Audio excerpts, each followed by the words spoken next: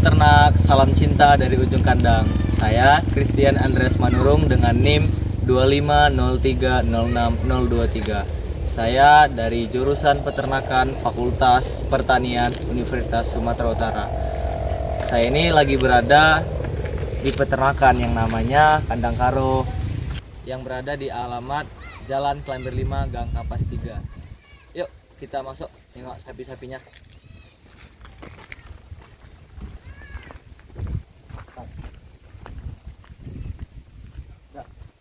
Dua, tiga, empat, lima. Jadi luas kandang ini berada di 12 kali 90 meter. Tapi ini masih belum punya sendiri, lahan ini masih menyewa dengan biaya 7 juta per tahun untuk lahannya saja. Kandang ini pertama kali dibuat pada tahun 2020 hingga sekarang 2025, setelah berjalan 5 tahun. Dan pertama-tama tuh dulu kandangnya itu hanya ini saja. Luasnya sekitar 2 kali 10 meter. Dulu ini kandang yang di belakang itu belum ada. Jadi dulu semua lahannya masih kosong, masih tanah aja sih.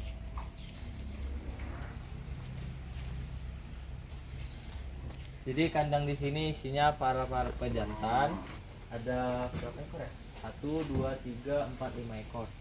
Mereka hanya berada dalam kandang dan tidak diperkenankan untuk keluar kandang seperti ke ladang rumput untuk mencari makan. Mereka hanya berfokus untuk mengawini para induk dan para betina yang ada di sana.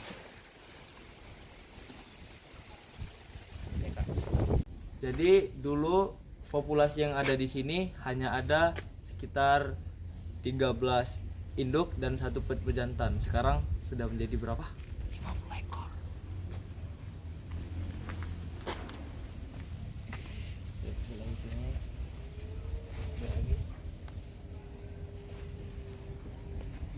Sapi-sapi dulu berjenis sapi-sapi jenis Brahman. Sapi-sapi di sini mulai untuk pengembiakan, untuk kawin itu berkisaran di umur 1,5 sampai 2 tahun untuk induk dan jantan. Selanjutnya yuk masuk ke sana.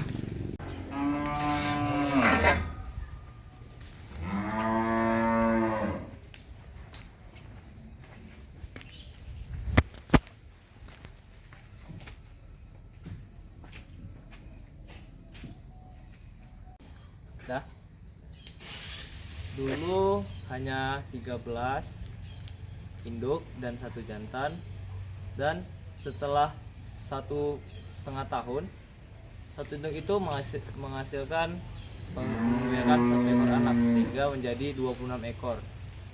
Itu dari dulu, dan sampai sekarang populasinya semakin bertambah dan terus bertambah sehingga menjadi 50 ekor lebih.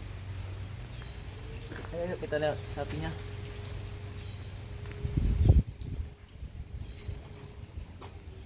Ini merupakan sapi yang masih bertahan dari pertama kali kandang ini dibuat. Selanjutnya, sapi-sapi yang ada di sini hidupnya sehari-hari tidak hanya di sini, melainkan mereka juga keluar ke hutan. Hutannya ada di samping ini, guys. Mereka mencari makan situ, bermain-main, bergembira, bersenang-senang. Ayo kita lihat ke dalam lagi.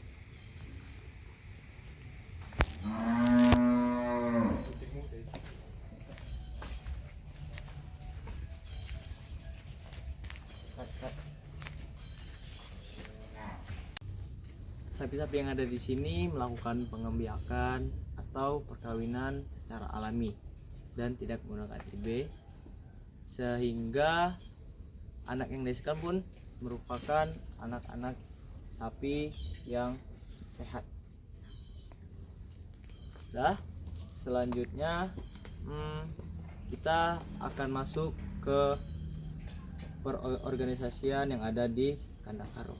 sebenarnya sih tidak ada organisasi sih, bukan tidak ada, lebih tidak terstruktur aja sih. Dan yang kerja di sini atau sebagai anak kandang hanya ada 3 orang. 1 orang itu untuk mengembala sapi ke hutan untuk membawa mereka makan. 1 lagi untuk mengarit rumput untuk makan para sapi-sapi ini kandang, dan 1 lagi untuk menjaga sapi di kandang, seperti membersihkan kandang, membuat makannya, membersihkan tempat makan, membersihkan sapi-sapi tersebut. Pertama kita masuk ke pembersihan kandang dulu.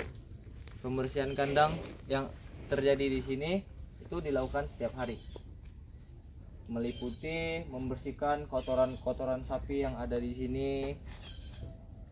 Itu dikumpulkan setiap hari di satu tempat, dan setiap 2 minggu dimasukkan ke goni dan menghasilkan 250 goni untuk per 2 minggu.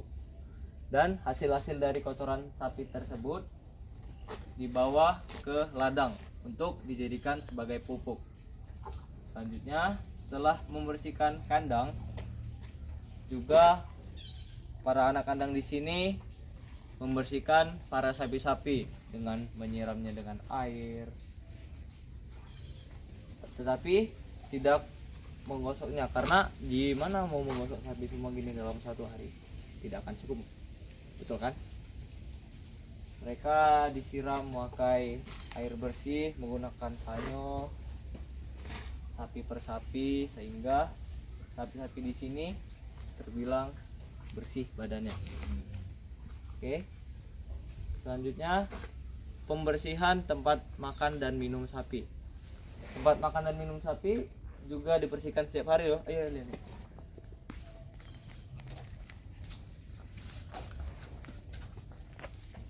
Ini tempat makan dan minumnya. Ini merupakan tempat makan dan minum sapi yang ada di kandang kita ini. Ini dibersihkan setiap hari. Tujuannya agar tidak adanya penumpukan penyakit atau bakteri yang ada di sini, sehingga para sapi yang makan dan minum di sini tetap sehat pertumbuhannya. Oke, jadi sapi-sapi di sini diberikan makannya atau pakannya itu setiap hari. Pakan atau makannya itu seperti ada rumput yang diperkirakan harganya itu 3 juta per bulan. Selanjutnya ada konsentrat. Dia itu konsentrat itu 500 kilo per bulan di harga 1,5 juta. Selanjutnya ampas tahu sebesar 60 kilo di harga 1,2 juta untuk 1 bulan. Dan juga ada bungkil 500 kilo di harga 1 juta untuk 1 bulan. Dan pemberian semua pakan tadi diberikan kepada sapi dalam jangka per hari, atau pemberian makannya itu setiap hari seperti kita makan. Makannya itu diberikan dengan perkiraan 15 kilo per hari untuk semua sapi yang ada di sini. Seperti sapi-sapi yang ada di kandang ini, kayaknya kan mereka nggak keluar untuk mencari rumput, mencari pakan di hutan. Jadi mereka lagi bermain guys. Jadi mereka ini sangat bergantung kepada anak kandangnya dari kandang ini untuk makan. Sedangkan sapi yang ada di sana tadi, mereka itu makannya keluar guys, sambil main-main. Jadi sapi-sapi yang ada di sini sapi-sapi yang sedang dirawat karena lagi kaki bunting. Lihat tuh perutnya besar semua kan.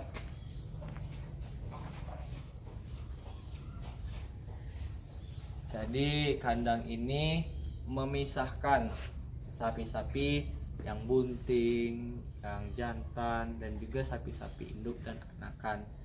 Fungsinya agar apa? Agar sapi-sapi yang sedang hamil ini nutrisi dan vitaminnya terpenuhi semua, dan mood sapi-sapi tersebut terjaga sehingga nanti anak yang akan dilahirkan memiliki kualitas kesehatan yang bagus.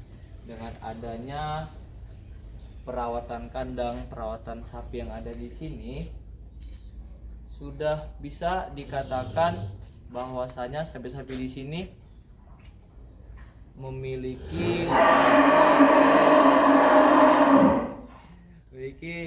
rasa bahagia tinggal di kandang ini.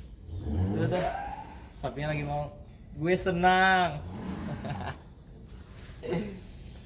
Oke, kita lihat sapi dulu. Besar banget kan? Cut.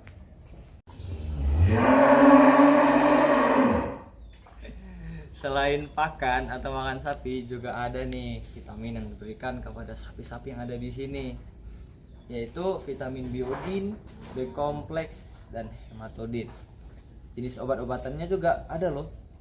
Obat cacing yaitu Wormzole B, obat kutu Cyper Killer 40 WP, dan juga obat luka yang dialami sapi. Dan fakta menariknya di kandang ini, vitamin tersebut diberikan rutin loh, 3 bulan sekali. Dan juga tidak harus menunggu sapi-sapi tersebut sakit baru diberi obat-obatan ataupun vaksin.